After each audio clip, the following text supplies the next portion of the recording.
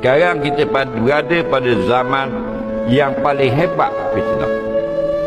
Kita cakap salah orang marah, cakap betul orang marah.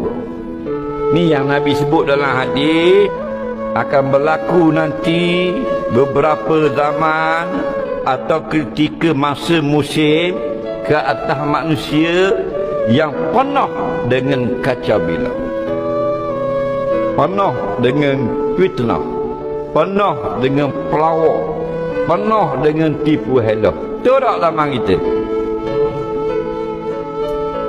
Orang yang cakap bohong, pendusta dibenarkan orang. Nah, orang yang cakap benar didustakan orang. Kita duduk zaman ni, batu kini banyak dekat dengan Allah.